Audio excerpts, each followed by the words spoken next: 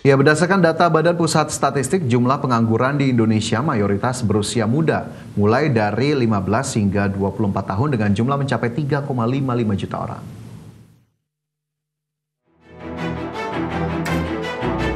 Jumlah pengangguran di Indonesia mayoritas berusia muda. Kondisi ini terlihat berdasarkan data keadaan Angkatan Kerja Februari 2025 yang dipublikasikan oleh Badan Pusat Statistik.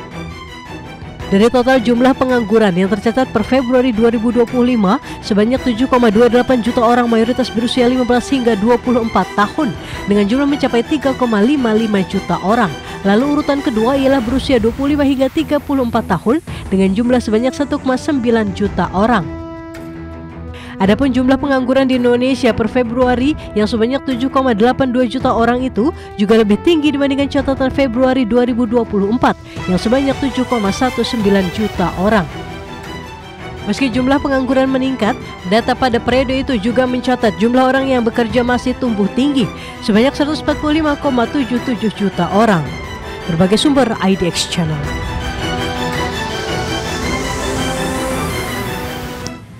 Ya, ini sebenarnya bisa menjadi alarm serius ya, di mana banyak usia muda dan juga usia produktif yang masih menganggur di negeri ini. Nah, ini juga penting bagi pemerintah untuk mungkin lebih agresif lagi tuh untuk penciptaan lapangan kerja dan juga pendidikan keterampilannya bagi SDM dalam negeri gitu. Ya, karena memang kualifikasinya ya mungkin tidak ketemu ya. Lapangan kerjanya mungkin tadi diklaim pemerintah masih terbuka lebar, tapi kualifikasinya ini ternyata belum mampu untuk kemudian match dengan apa yang kemudian disediakan di lapangan. Nah, ini mungkin menjadi PR bersama untuk kemudian bagaimana meningkatkan ataupun mempertemukan tadi kebutuhan industri dengan kualifikasi dari sumber daya manusia agar kemudian ya sama-sama terserap, agar kemudian angka penganggurannya turun, kemudian serapannya cukup tinggi sehingga akhirnya kita tidak lagi melihat fenomena antrian pelamar kerja yang membludak begitu ya di berbagai daerah. Menteri Ketenagakerjaan Yasir Lee membantah bahwa Indonesia saat ini berada dalam fase krisis lapangan kerja. Yasir Lee bahkan optimis iklim investasi yang tengah meningkat saat ini bisa membuka lapangan kerja sebesar-besarnya. Menteri Ketenagakerjaan merespon banyaknya video fenomena antrean pelamar kerja yang membludak beberapa waktu terakhir. Menaker Yasir Lee menegaskan kesempatan dan peluang lapangan kerja masih terbuka lebar di Indonesia. Yasir Lee juga optimistis bahwa dunia usaha memerlukan iklim investasi yang dapat memberikan multiplier effect pada penciptaan lapangan kerja baru. Untuk itu Yasir Lee meminta semua pihak untuk bersama-sama meningkatkan ekosistem yang positif di sektor pasar kerja di dalam negeri. Saya percaya bahwa ternyata yang diperlukan oleh bangsa ini adalah kolaborasi. Bahasa saya itu adalah connecting dots. Kami punya network yang selama ini kemudian mereka sebenarnya siap bekerja, tapi tidak tahu kemana mereka kemudian bisa bekerja. Hadir bersama kita teman-teman dari kawasan industri. Kami industri, selama ini kami mencari siapa disabilitas yang siap bekerja. Inilah yang kita sebut dengan connecting dots. Itulah kunci dari kolaborasi. Tapi ternyata teman-teman nggak cukup connecting dots. Ya. Permasalahan kita ternyata semakin kompleks. Highlights pemirsa, Menteri Koordinator Bidang Pangan Zulkifli Hasan memastikan peluncuran Koperasi Desa Merah Putih di Desa Bentangan, Kecamatan Wonosari, Kabupaten Klaten, Jawa Tengah batal dilaksanakan akhir pekan ini. Zulhas beralasan diundurnya peluncuran ini lantaran kesibukan pejabat di akhir pekan, sehingga peluncuran baru akan dilaksanakan pada tanggal 21 Juli 2025. Seperti diketahui pemirsa, program Desa Merah Putih terdapat 103 koperasi percontohan yang tidak berdiri sendiri, namun akan didukung oleh beberapa lembaga pembiayaan besar seperti Himbara dan lembaga pengelola dana bergulir. Adapun skema pembiayaan akan dirancang agar koperasi bisa mengakses dana dengan mudah, namun tetap menjaga aspek kehati-hatian dan keberlanjutan usaha. Nantinya skema pembiayaan koperasi diatur melalui peraturan Menteri Keuangan. Oh begini ya, memang rencana tanggal 19. Tapi 19 itu kan hari Sabtu, ya.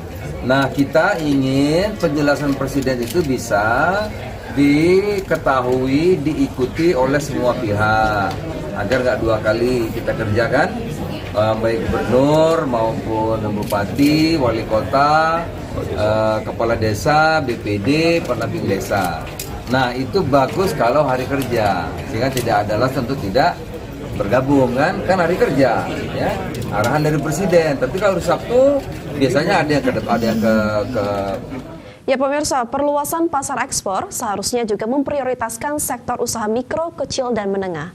Pasalnya potensi besar pasar UMKM di market global cukup tinggi. Terlebih lagi UMKM bisa menjadi pendorong peningkatan ekspor di pasar global. Hal ini menurut Wakil Ketua Umum Bidang Kolaborasi dan Pendanaan Kadin Indonesia, Syarmila Yahya, bahwa sektor UMKM tetap tumbuh solid dan tetap positif di tengah gejolak perang dagang. Syarmila meminta pemerintah tetap memprioritaskan akses kemudahan regulasi, bahkan insentif dan stimulus bagi sektor UMKM demi keberlangsungannya usaha agar mampu bersaing di pasar global.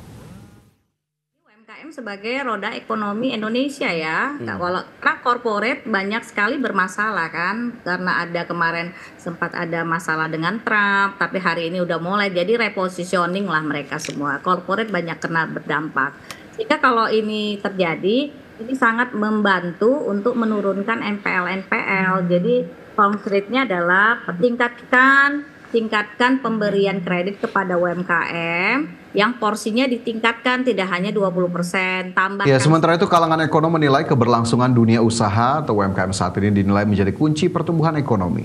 Ya, di mana sektor usaha mikro, kecil, dan menengah yang tetap solid di tengah ketidakpastian ekonomi global mampu tumbuh positif. Ekonom Universitas Indonesia Lana Solestinianingsi menilai sektor usaha UMKM harus diakui sebagai penggerak perekonomian dalam negeri.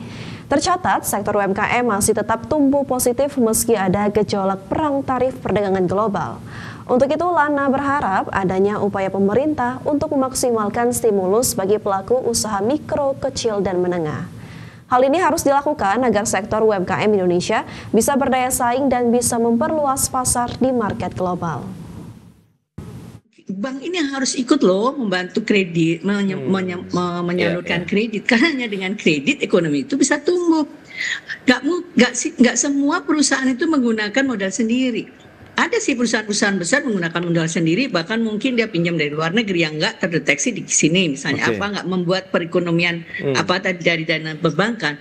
Nah, UMKM misalnya, UMKM ini kan nggak banyak punya agunan, nggak punya quality agunan yang bagus gitu ya. Nah, padahal mereka itu yang menggerakkan perekonomian. Nah lalu gimana gitu loh, uang ini harus dari mana? Kan nggak mungkin UMKM itu maksudnya dia menggunakan uang. Ya, ini menjadi dua hal yang menarik begitu ya, bagaimana kemudian Indonesia juga terus mendorong industri halalnya agar kemudian terus berkembang, sekaligus tadi dari sisi UMKM juga kemudian untuk didorong untuk memperkuat pasar domestik, tapi juga tidak lupa untuk mengincar ataupun membidik pasar global agar kemudian juga ini bisa beriringan bersama dan produk Indonesia bisa semakin dikenal luas dan tentunya sekali lagi tidak hanya menjadi target pasar untuk Indonesia. Iya benar sekali Fajar, mungkin kedepannya tadi kan Indonesia unggul ya di bidang keuangan syariah, mungkin kedepannya juga bisa di bidang fashion, pariwisata, dan lain sebagainya. Ya semoga saja kita juga kedepannya bisa UMKM bisa semakin mendunia lah ya, tidak hanya local pride. Baik.